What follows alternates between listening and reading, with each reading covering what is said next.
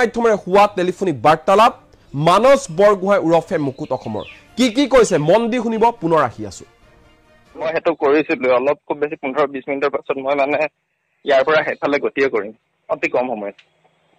ডিটেইলছত মানে মোক ক'ব বিশেষ একো নাই এটাই কথা কওঁ চাগে অসমীয়া হ'ব নালাগিছিল অসমীয়া হোৱাৰ সবতকে ডাঙৰ হলো অসমীয়া মানে যুৱক হিচাপে নিজক পৰিচয় দিবাটো ভুল হ'ল চাগে সপোন দেখাটো ভুল হ'ল চাগে এইখিনি কাৰণে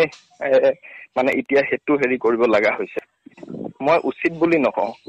এটো কাৰণ নকওঁ মই আজি এটো লৈছো এনেকুৱা এটা সিচুৱেশনত পৰি লৈছো যেটোত মোৰ কোনোফালে ৰাস্তা নাই শেষ পথ আছে শেষ পথ নথকা নহয় শেষ পথ আছে আত্মহত্যা হেতু কৰিব নিবিচাৰো কাৰণ কাপুৰুষালি কৰাটো মানে মই নহয় কাপুৰুষ নহয় আজি আপোনাৰ মই লকডাউনৰ আগতে এখন সুপাৰ কন্ট্ৰাক্টত লৈছিলো আপোনাৰ ৰামধেনু গুৱাহাটীৰ পৰা ডিব্ৰুগড় চলে নৱজ্যোতি কলিতা তাৰ যোনজন মালিক আছিলে নৱজ্যোতি কলিতা আছিলে সুপাৰখনৰ বাবদ তেখেতক মই দিলো প্ৰায় 50,000 টকা 50,000 টকা তাতকে বেছি খৰচ হৈছে কাৰণ গ্ৰেজত আছিলে সুপাৰখন মই বাৰ গোলাঘাটৰ পৰা আপোনাৰ শিৱসাগৰ অহা যোৱা কৰা হৈছে অহা যোৱা কৰি মেলি হেৰি কৰা হয় তাৰ পিছত হেতু 2 বছৰ লকডাউনটো গুচি গ'ল লকডাউনত সেই সম্পূৰ্ণ পইচা মাৰ গ'ল কাৰণ দ্বিতীয়তে আহিলে আপোনাৰ এতিয়া এই পিজি এটা লৈছিলো আপোনাৰ আন্টি চক পিপাচৰা পথ বাইলাইন নাম্বাৰ 5 এই কমাৰ্চ কলেজৰ ওচৰত তাত মই পিজিটো লোৱাত প্ৰায় 65,000 টকা খৰচা কৰিলো মই মালিকক দিলো 40,000 টকা মই মালিকক ডাইৰেক্ট দিছো 20,000 টকা কেছ আৰু 20,000 টকা মই ট্ৰান্সফাৰ কৰি দিছো মালিকক 40,000 টকা দিলো আৰু মই বাকি কাৰেণ্টৰ কাম আছিলে ইলেক্ট্ৰিচিয়ান মাতি সেইখিনি কৰালো সফা তফা কৰা আৰু দুই এখন বিছনা তেনেকে মানে এটা ৰুমত অকল এজনীয়ে ছোৱালী সোমাইছিলে ইমান পইচা খৰচ কৰাৰ বাবদ এজনী ছোৱালী সোমাইছিলে সেই ছোৱালীজনী অৰুণাচলৰ আছিলে তাৰ পাছত এতিয়া মই আপোনাৰ এই ৰাজধানী নাৰ্চাৰী অপজিটত চিটি চেণ্টাৰৰ ফ্ৰণ্টত এখন পিংক কালাৰ ফুড ট্ৰাক আছে ফুড ট্ৰাকখন চলাইছিলো ফুড ট্ৰাকখন চলাওতে মোটামুটি চলি আছিল কিন্তু এতিয়া মানে যি দাম বাঢ়িব ধৰিলে না মই চলিব হৈছে আজি বিশ্বাস কৰিব এসপ্তাহ দিন হ'ল মোৰ কোনোফালে উপায় নোহোৱা লিখে মানে পৰিস্থিতি আহি পৰিছে না মই মোৰ যিসকল আছিলে তো তেওঁলোকে মই এৰিলো তেওঁলোকে বেলেগত কৰি আছে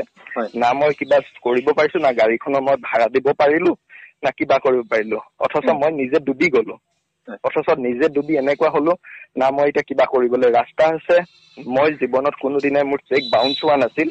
এই নেক্সট মান্থৰ 1 তাৰিখে চাগে মোৰ জীৱনৰ প্ৰথমখনে হেৰি চেক হ'ব সেইখন যিখন বাউন্স মাৰিব এনেকুৱা পৰ্যায় আহি গ'ল যদি আমি অসমীয়া হৈ এনেকুৱা হ'ব লগা হয় ভয়ত জীয়াই থাকিব লগা হয় কোনোবা এজন অসমীয়া যদি লৰাই কিবা এটা কাম কৰিব খোজে তাত চৰকাৰেও অকণ সহায় নজনায় ঠিক আছে সবে চাকৰি নাপায় চাকৰি ইমানো নাথাকে যে সবৰ ঘৰে প্ৰতি চাকৰি হ'ব নাথাকে সেইকাৰণে মই চৰকাৰক দুখ দিয়া নাই কিন্তু কিবা এটা যদি কৰিব খুজিছো মই পিএমজিপি লোন এপ্লাই কৰিলো বহুত চেষ্টা কৰিলো কোনো ধৰণে না তেওঁলোকৰ পৰা কিবা সহায় পালো না আজিলৈকে মোক কিবা চৰকাৰে দিলে 1 টকা এটাও চৰকাৰৰ সহায় নাপালো আজি এই মুহূৰ্ত পৰ্যন্তলৈকে একো সহায় নাপালো পদপথত থকা কলে যে কিবা দিম কিন্তু কি দিছে নাজানো মই নাপালো একো নাপালো এতিয়া দেখিলো গাহৰি গাড়ী দিলে গাহৰি গটা চলালো হয় কাম কৰাটো লাজ নাই অসমীয়া হিচাপত সেইটো গৌৰৱ কৰিলো যে মই কাম কৰি খাইছো আৰু সদায় মই গৌৰৱেৰে আছিলো আজিও মই গৌৰৱেৰে কওঁ যে মই কাম কৰি খাই শেষ মুহূৰ্তলৈকে যুঁজ দিলো সিদ্ধান্তটো মই নিজে গম পাওঁ যে এইটো সিদ্ধান্ত ভুল কিয় সিদ্ধান্তটো ভুল এইটো কাৰণে মানুহে যেতিয়া এজন মানুহ হাতত মানে হাতিয়াৰ লয় মানে যিকোনো অস্ত্ৰ হাতত তুলি লয় সেই মানুহজন কেনেকুৱা হ'ব লাগিব হয়তো ৰক্ষক হ'ব লাগিব নহয়তো ভক্ষক হ'ব লাগিব ৰক্ষকে ৰক্ষণাবেক্ষণ দিবৰ কাৰণে হাতত হাতিয়াৰ তোলে আৰু ভক্ষকে ভক্ষণ কৰিবৰ কাৰণে হাতিয়াৰ লয় মই সেইটো বুজি পাইছো যে মই কোন দিশত গৈছো মই নিজেও অনুমান কৰিছো মই বহুকেইটা চেনেলে মোক ফোন কৰিছে তেওঁলোককো মই কৈছো মই হয়তো আজি আছো হয়তো কাইলে মই নাথাকিব পাৰো বা এমাহৰ পাছত হয়তো মই আৰক্ষীৰ গুলিতো মৰিব পাৰো বা মোৰ কিবা হয় মৰিবও পাৰো কিন্তু চৰকাৰৰ কাৰণে এটাই মই অনুৰোধ কৰো দাবী নহয় যাতে মই আজি যি পথ ললো কোনো অসমীয়া ল'ৰাই বা কোনো যুৱক যুৱতীয়ে এনে পথ যাতে নলয় সেইটো মই অনুৰোধ কৰো চৰকাৰে তাৰ বাবে যাতে কিবা এটা ব্যৱস্থা কৰে অন্য কথা নহয় মই ভুগি গলো মই মৰি যোৱাটো তেতিয়া সফল হ'ব যদি আজি আপুনি চাব আলফা সাইটিং আলোচনাৰ মাজলৈ মাতিছে পৰেশ বৰুৱা ডাঙৰীয়া হয় কিন্তু সেই কাঁইটীয়া তাৰৰ বাটেৰে যিসকল গৈছে কিয় গ'ল তেওঁলোকৰো কিছুমান সমস্যা আছিল চাগে, তেওঁলোকৰ কিছুমান এনেকুৱা ভুক্তভোগী হ'ব লাগিব মোৰ দৰে, সেইবাবে তেওঁলোকে সেই পথ বাচিলে। মই আজি টুইট কৰি নাই কোনো মই প্ৰশংসনাৰ পাত্ৰ কৰা নাই, মই কোনো ভাল কাম কৰা নাই, মই গম পাইছো, কিন্তু এইবাবে মই টুইট কৰিছো যাতে যি মই ভুগিলো মোৰ পাছৰ প্ৰজন্ম বা যিসকল অসমীয়া ব্যৱসায় কৰি আজি ডুবি আছে বা তেওঁলোকে ডুব গৈছে যদি উঠিবৰ কাৰণে এটা আশা আছে, তেওঁলোক দেউলীয়া অৱস্থাত অহা নাই, কিন্তু মই দেউলীয়া অৱস্থাতকৈ ডুবি গলো,